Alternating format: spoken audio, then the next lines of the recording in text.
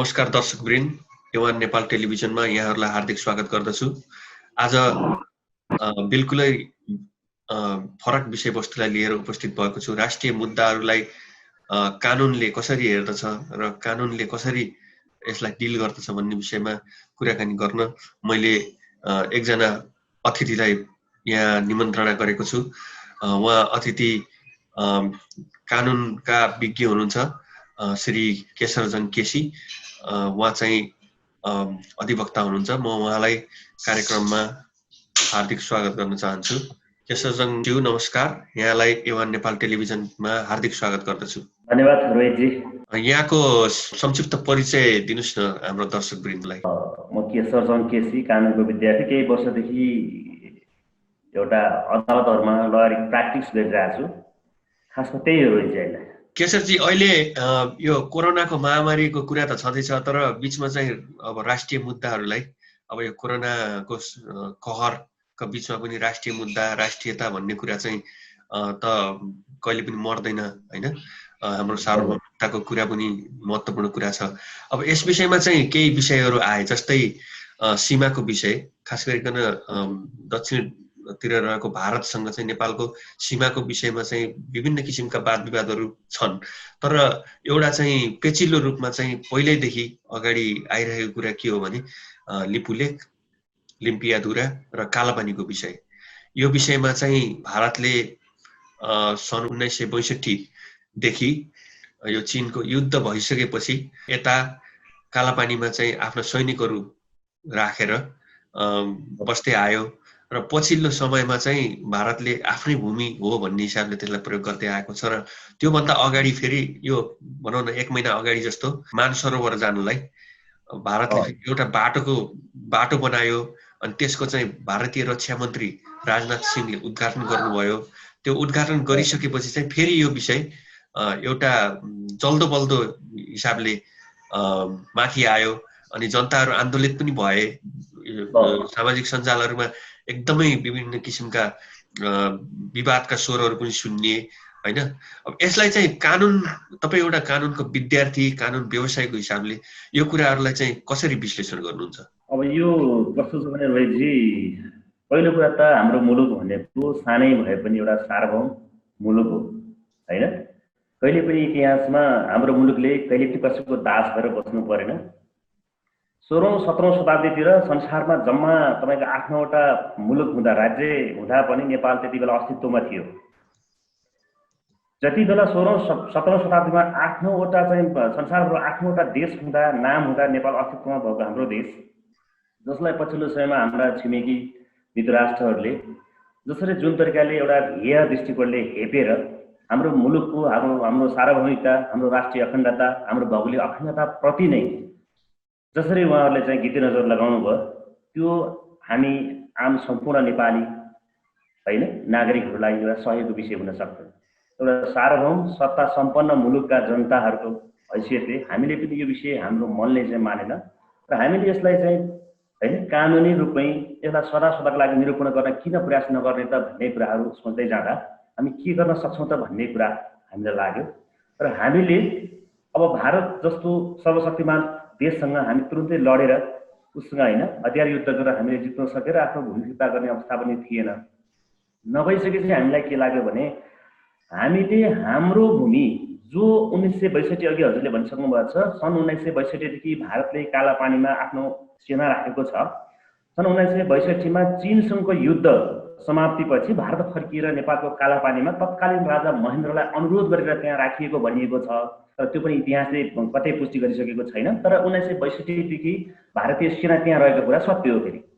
तर त्यो कालापानी भूमि हाम्रो हो भन्ने कुरा हाम्रा यसभन्दा अगाडि भइरहेका सन्धि सम्झौताहरू यिनीहरूले प्रष्ट पारेको छ।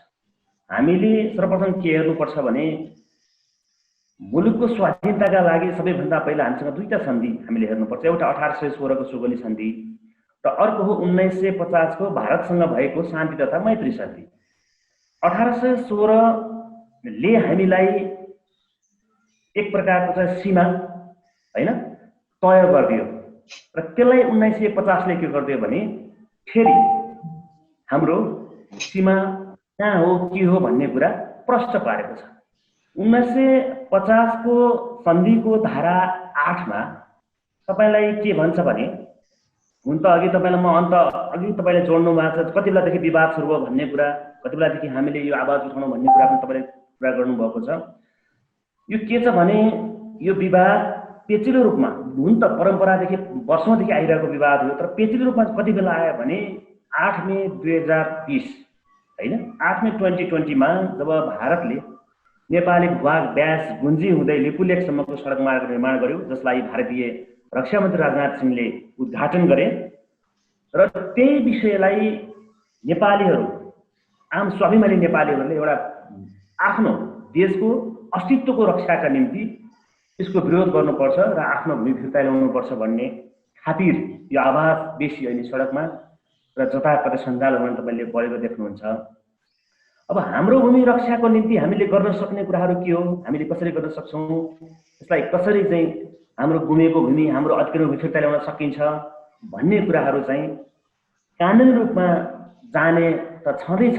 त्यो भारतसँग चाहिँ आपसी समझदारीको आपसी कुराकानी गरेर हुन सक्छ त्यो हैन, भारतसँग हामी चाहिँ मैत्रीपूर्ण छलफल गरेर हुन सक्छ त्यो हैन, र त्यसलाई एउटा टुङ्गोमा पुर्याउन, एउटा कूटनीतिक तवरको वार्ता गरेर टुङ्गोमा पुर्याउन त छँदैछ, तर त्यति गर्दा पनि भारतले मानेन भने हामी हाम्रो भूमिको रक्षाको लागि, हामी हाम्रो भूमि फिर्ताका लागि हामी अन्तर्राष्ट्रिय कोर्टसम्म जान पनि हामी सक्नुपर्छ भन्ने हाम्रो मान्यता, र त्यसका लागि के कस्तो पूर्वाधार अथवा के कस्तो चाहिँ प्रोसेसहरू हुन्छ त्यो सबै विज्ञहरूसँग, कानुनी अन्तर्राष्ट्रिय कानुनका ज्ञाताहरूसँग पनि सल्लाह गरेर देशमा भएका विभिन्न सन्धि सम्झौता, विभिन्न नक्साहरूको प्रमाणहरू जुटाएर देशमा विद्यमान रहेका जीवित रहेका हाम्रा पुराना मान्छेहरू जो चाहिँ 2018 सालमा 2015 सालमा चाहिँ तपाईको चाहिँ त्यो ठाउँहरू जुन चाहिँ भारतले अहिले कब्जामा लिएको छ, त्यो ठाउँहरू जहाँ भारतले अतिक्रमण गरेर बसेको छ, त्यो भनेको ठाउँहरू जस्तो गुन्जी हैन, टिङ्कर लगायतका ठाउँहरू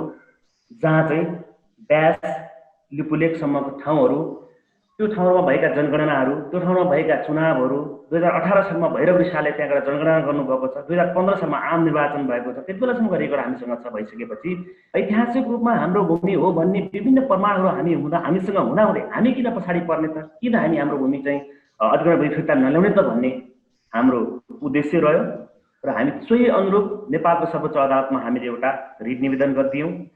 हुन त अदालतले कहिले पनि आफ्नो भूमि तेरो सीमा यो हो, तेरो भूमि यो हो, सीमा निर्धारक आफैमा निर्णय गर्ने अदालतको क्षमता होइन, उसले त्यो क्षेत्राधिकार पनि होइन। तर के भन्न सक्छ भने अदालतले भन्न सक्ने भनेको यो राष्ट्रको, यो राज्यको भूमि कुन हो, यदि त्यो भूमि तेरो हो भने यो राष्ट्र, यो राज्यलाई जोगाउने जिम्मा पनि कसको भन्दा सरकारको। सरकारले त्यो अतिक्रमित भूमिमा आफ्नो कब्जा जमाउनु पर्छ अथवा अतिक्रमण फिर्ता ल्याउनको लागि त्यहाँ गएर सुरक्षा संयन्त्र अथवा बोर्डर सेक्युरिटी फोर्स के गर्नुपर्छ, त्यसको लागि एउटा पहल गर है भन्ने अपिल सरकारले अदालतले गर्न सक्छ भन्ने लागेर हामीले रिट निवेदन दर्ता गऱ्यौँ। यो विषय चाहिँ तपाईँले अलिकति क्लियर गरिदिनु भयो। तर जनमानसमा के थियो भने विवाद चाहिँ भारत र नेपालको बिचमा छ, मुद्दा चाहिँ यहाँ सर्वोच्च अदालतमा हाल्छन्, अनि यसले चाहिँ के गर्छ त भन्ने विषयमा, के यो चाहिँ सर्वोच्चमा मुद्दा हालेर चाहिँ नेपालको भूभाग फिर्ता आउँछ त भन्ने विषयमा चाहिँ जनमानसमा चाहिँ एक किसिमको कन्फ्युजन थियो कि तपाईले यो पहिला नै क्लियर गरिदिनु भयो हैन। अनि अर्को कुरा तपाईले चाहिँ अन्तर्राष्ट्रिय अदालतमा हाम्रो जानुपर्ने अवस्था आयो भने त्यो बेलामा पनि अहिलेको मुद्दा जुन चाहिँ रिट तपाईहरुले हाल्नुभयो र सर्वोच्चले जुन चाहिँ सरकारलाई आदेश जारी गर्यो, त्यो आदेश जारी गरिसकेपछि चाहिँ अन्तर्राष्ट्रिय अदालतमा जानलाई पनि बाटो खुल्यो भन्ने अर्थ हो। बाटो खुल्छ हामीलाई जानुपर्ने स्थिति आयो भने भन्ने हो। यस्तो छ, अन्तर्राष्ट्रिय अदालतमा गइहाल्दैन फेरि सीमा समस्या चाहिँ समाधान हुन्छ भन्ने पनि होइन रहेछ। हामी कानुनको विद्यार्थीले त्यसरी सत्य भन्न चाहिँ मिल्दैन। अन्तर्राष्ट्रिय अदालतमा जाँदैमा सीमा समस्या भइहाल्छ, हाम्रो गुमेको भूमि फिर्ता भइहाल्छ भन्ने पनि होइन फेरि। र अन्तर्राष्ट्रिय अदालत हामी एक्लै जान पनि मिल्दैन फेरि, त्यसको लागि भारत पनि सहमत हुनुपर्छ अन्तर्राष्ट्रिय अदालतमा जानलाई हैन। दुवैजना चाहिँ सहमत, दुवै टिम, दुवै पक्ष विपक्षहरू सहमत हुनुपर्छ। मलाई लाग्छ यो अर्थमा भारत चाहिँ अन्तर्राष्ट्रिय अदालत जान तयार हुन्छ जस्तो मलाई लाग्छ। तर उसलाई के प्रेसर हुन्छ भने यदि नेपालले आफ्नो अतिक्रमित भूमि चाहिँ फिर्ता ल्याउनलाई पहल गर्ने अन्तर्राष्ट्रियकरण गर्न गयो भने उसलाई अन्तर्राष्ट्रिय दबाब पनि पर्न सक्छ भारतलाई, किन भारत धेरै ठुलो कन्ट्री हो नेपालभन्दा। त्यसैले अन्तर्राष्ट्रिय दबाब उसलाई जब पर्छ, उसले त्यो ठेक्न नसकेपछि नेपालसँग मैत्रीपूर्ण वार्ताको लागि ऊ तयार हुन्छ कि भन्ने चाहिँ हाम्रो भन्छ। किनभने योभन्दा पहिले हामीले विभिन्न पहलहरू हामीले गऱ्यौँ। मैत्रीपूर्ण वार्ताका लागि भारतमा पटक पटक चाहिँ नेपाल सरकारले चाहिँ तपाईँको होइन थुप्रै चाहिँ पटक चाहिँ पत्रचार गरेको छ। दुवै पक्ष चाहिँ विज्ञ समूह चाहिँ बसेर छलफल गरेर आफ्नो सीमा निर्धारण गरेर त्यसलाई सधैँको लागि टुङ्ग्याउनु पर्छ भन्ने नेपालको आशय मनसायलाई भारतले जहिले पनि के गर्यो भने व्यवस्था गर्यो। किनकि उसलाई के छ भने कब्जा गरेको भूमि अहिले पनि ऊ आफ्नो बनाउन चाहन्छ, उसका जनताहरू त्यहाँ राख्न चाहन्छ, उसले आफ्नो व्यापार बिजनेस बढाउन चाहन्छ। त्यसले गर्दा पनि यो समस्या प्रकारको रूपमा हाम्रो अगाडि आएको र भारतले यसलाई तुरुन्तै समाधान गर्न नचाहेको अवस्थामा हामीले यसलाई अन्तर्राष्ट्रियकरण गरेर हल्ला गऱ्यौँ भने यसले अन्तर्राष्ट्रिय दबाव भारतलाई पर्छ कि भन्ने हाम्रो भन्छ। किनभने हामी दुवै देशहरू संयुक्त राष्ट्र सङ्घका हामी सदस्य छौँ होइन, भारत पनि नेपाल पनि होइन। हामी दुवै देशले चाहिँ त्यसको मान मर्यादा संयुक्त राष्ट्र सङ्घभित्र चाहिँ रहेर सदस्य भइसकेपछि त्यसका चाहिँ रुलहरूलाई फलोअप गर्नुपर्छ। त्यो गर्दाखेरि भारतलाई एक प्रकारको अन्तर्राष्ट्रिय दबाव पर्न सक्छ भन्ने हाम्रो मनसाय हो। हामी अन्तर्राष्ट्रियकरण गर्दा हामी हाम्रो भूमि फिर्ता हुन्छ र भारत सहमत हुन्छ भन्ने भन्दा पनि अन्तर्राष्ट्रिय रूपमा भारतलाई एक प्रकारको दबाव रह्यो भने उसलाई केही प्रेसर भयो भने हामीसँग मैत्रीपूर्ण वार्ताको लागि भारत तयार हुन सक्छ र हाम्रो गुमेको भूमि फिर्ता हुन सक्छ र यो समस्या सधैँका लागि समाधान हुन सक्छ भन्ने मान्यता हो खास।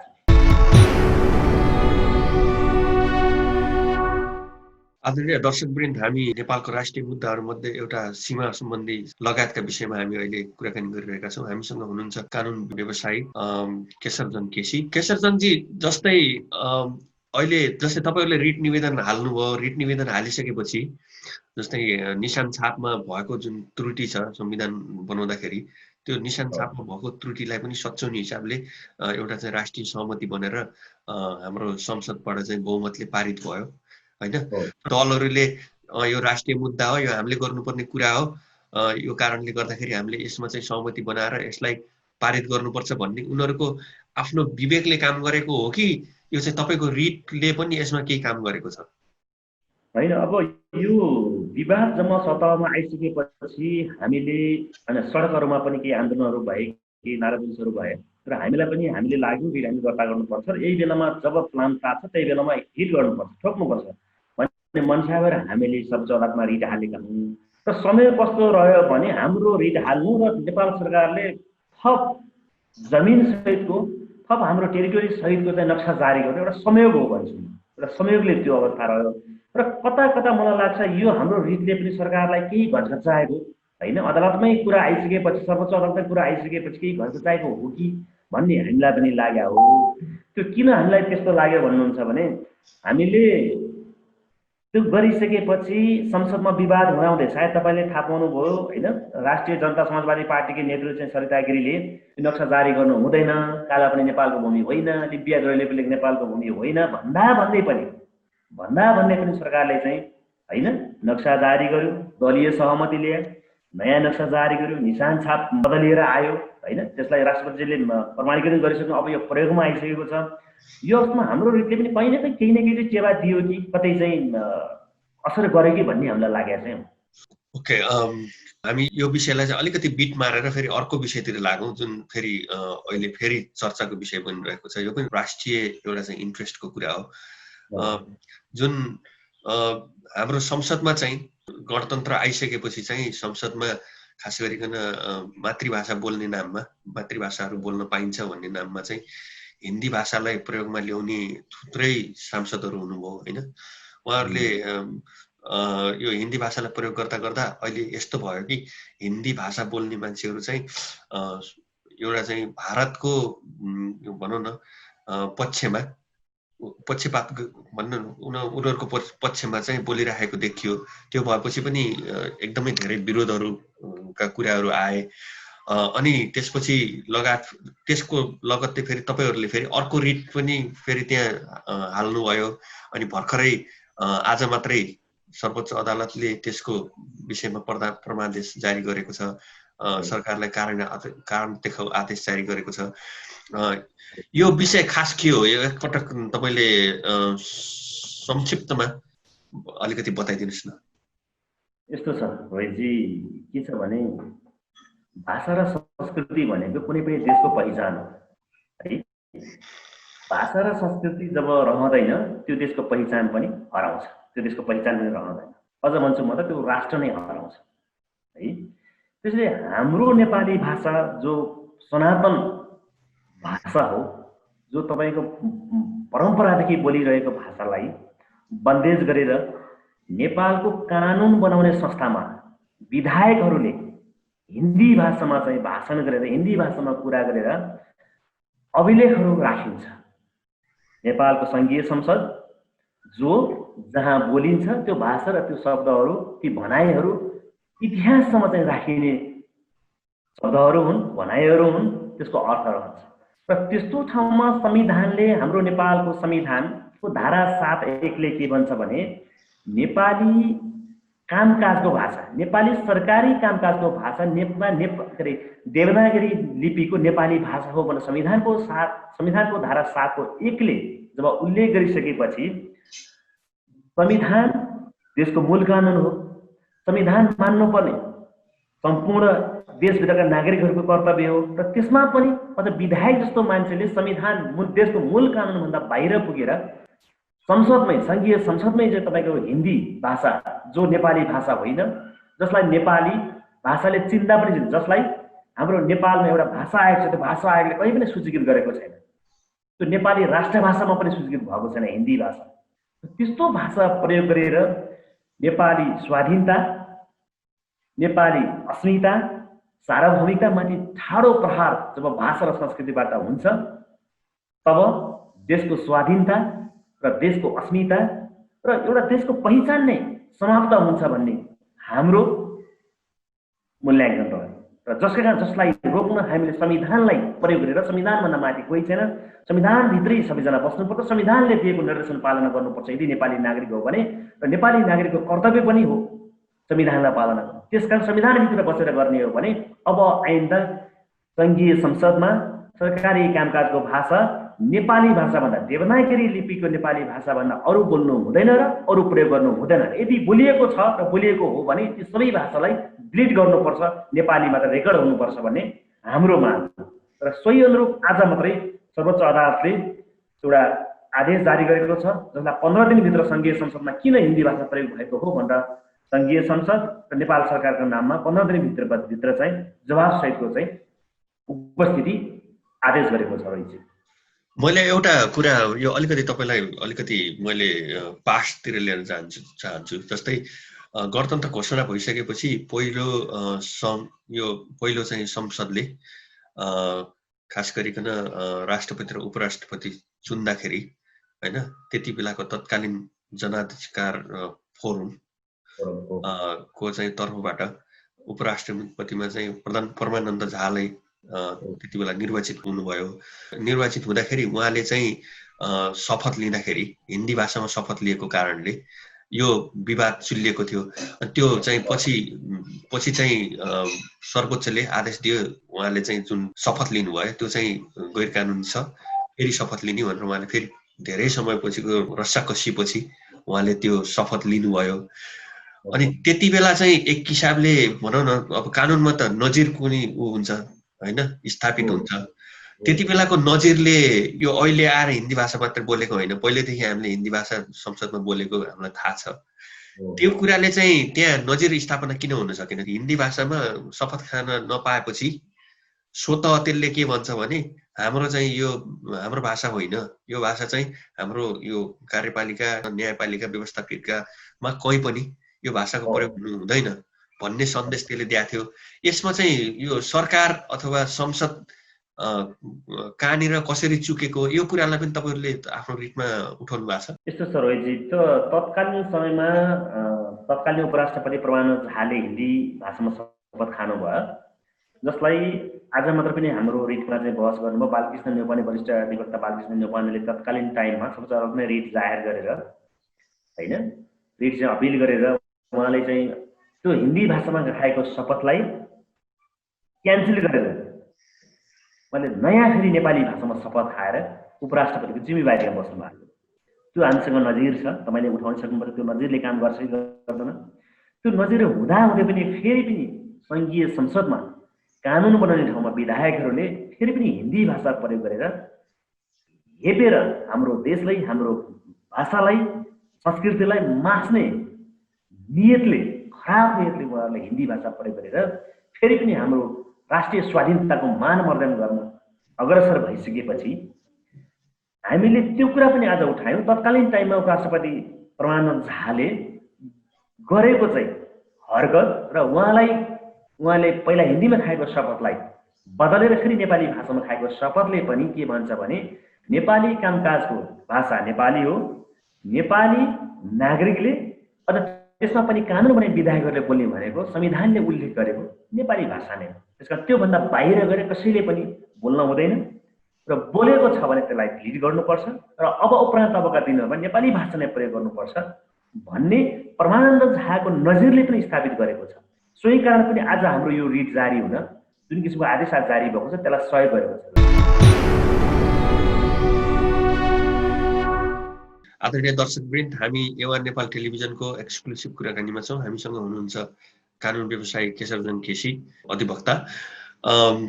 केशवजी, मैले एउटा अर्को विषय पनि यहाँ तपाईँलाई जोड्न चाहन्छु यही विषयमा जोडिएर। जस्तै नेपालमा चाहिँ अब धेरै बहुजातीय बहुभाषिक होइन हाम्रो देश हो होइन, हाम्रो त्यो एउटा चाहिँ हाम्रो विशेषता पनि हो। अनि अब संविधानले चाहिँ चिनेका भाषाहरू खास गरिकन 134 जति चाहिँ आदि यो भाषाहरू 126 हो कि 134 मलाई ठ्याक्कै यकिन भएन, 123 भाषा हो।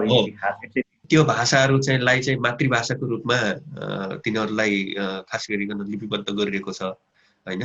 र यो संविधानले चाहिँ मातृभाषालाई भनौँ न कतिले चाहिँ हिन्दी भाषा हाम्रो मातृभाषा नै हो, हाम्रो चाहिँ यो तराईमा चाहिँ हिन्दी भाषा नै हाम्रो मुख्य भाषा हो भन्ने हिसाबले पनि यसलाई अलिकति जस्टिफाई गर्न खोजेको जस्तो देखिन्छ।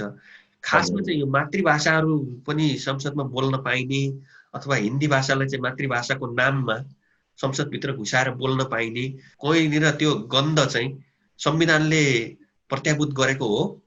छैन, त्यस्तो के छैन भने नेपालमा बोलिने सबै भाषाहरू राष्ट्रभाषा हुन्।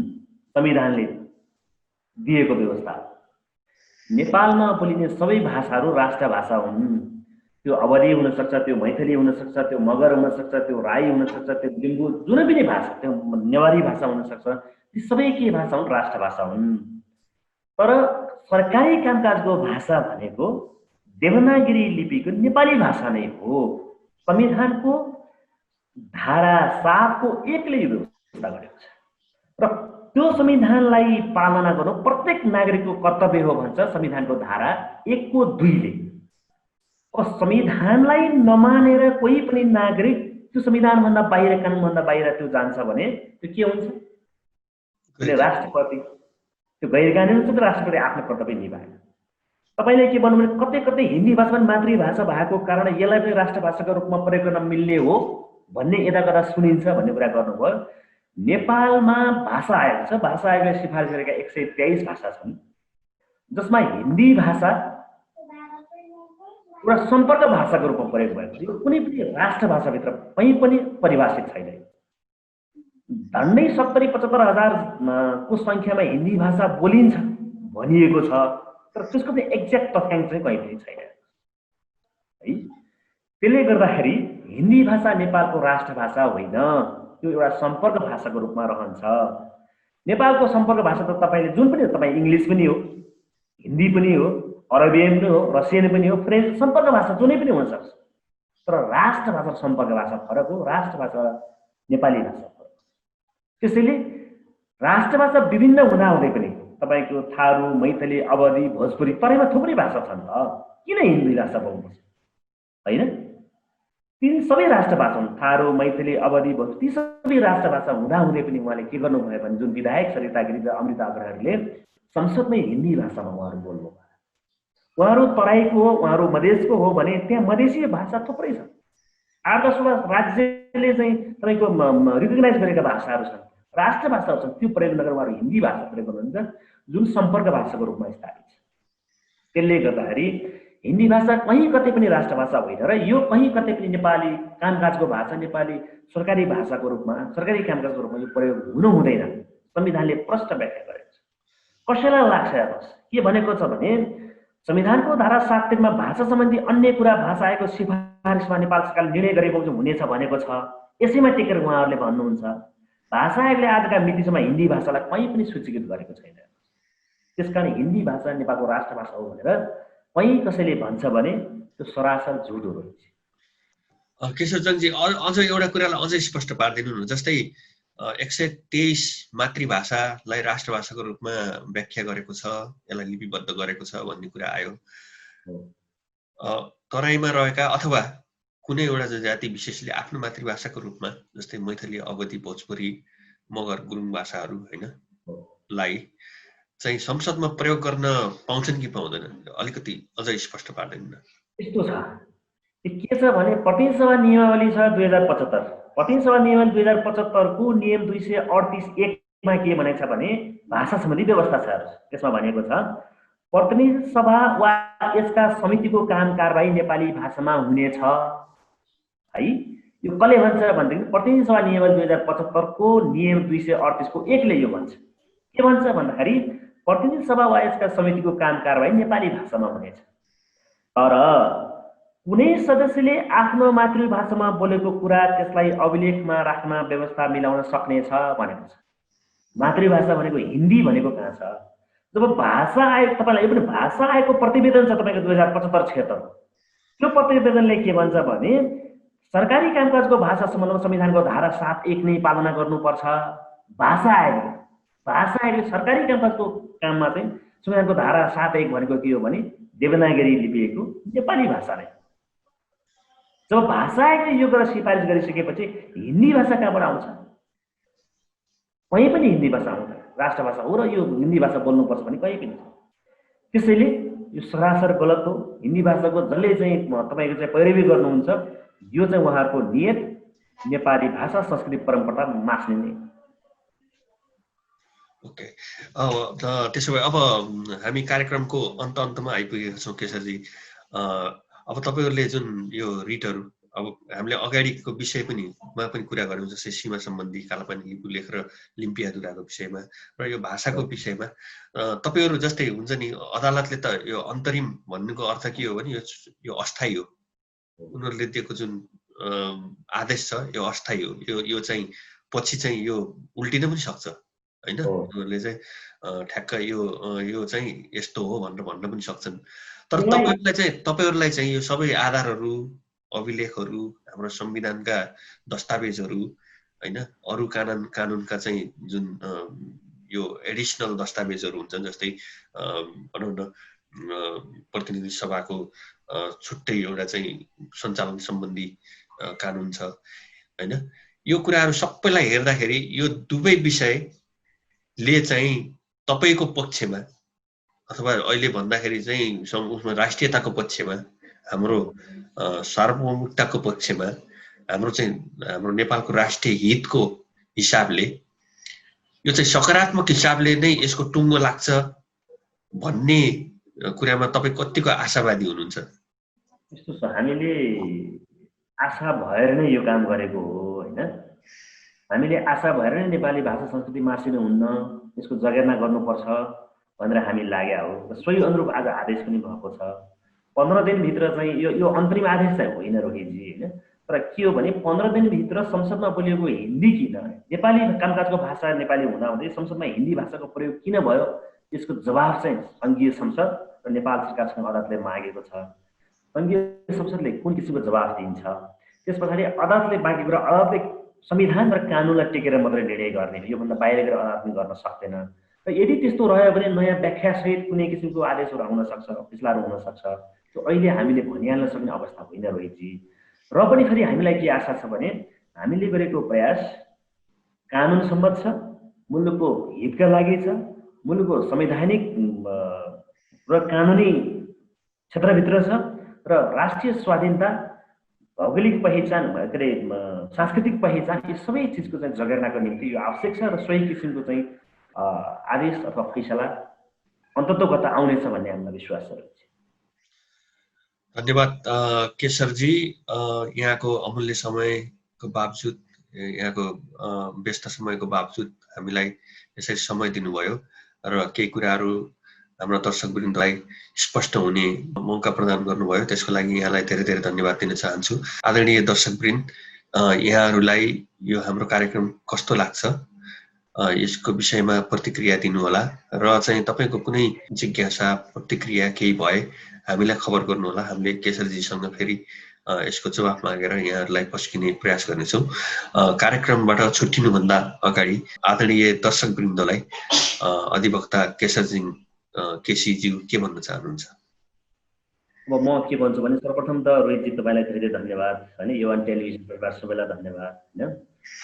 यो प्रयास तपाईँले जुन हाम्रो कुराहरू होइन, देशको स्वाधीनताका कुराहरू होइन, भौगोलिक अखण्डताका कुराहरू, भाषा संस्कृति पहिचानका कुराहरू होइन, आम सर्वसाधारणका निम्ति जानकारीका लागि जुन प्रयास गर्नुभयो त्यसको लागि तपाईँलाई धेरै धेरै धन्यवाद। र मैले पनि दुई चारवटा शब्दहरू दुई चारवटा कुराहरू आम सर्वसाधारणका निम्ति अलिकति प्रस्ताउन सके कि भन्ने मलाई पनि लागेको छ। त्यसको लागि तपाईँलाई फेरि धन्यवाद दिन्छु। र अरू धेरै कुराहरू हुन बाँकी छ, समयले बताउला। राष्ट्रिय स्वाधीनता, भौगोलिक अखण्डता र सार्वभौमिकता मुलुकको भाषा संस्कृति पहिचानका लागि तपाईँ हामी सम्पूर्ण नेपालीहरू एकजुट एक ठाउँमा हुनुपर्छ। तब मात्रै राष्ट्र, राष्ट्रियता र भाषा संस्कृति हाम्रो पहिचान जोगिन्छ। यही भन्दै युवान टेलिभिजन परिवार र तपाईँलाई पनि धेरै धेरै धन्यवाद दिन्छु। नमस्कार।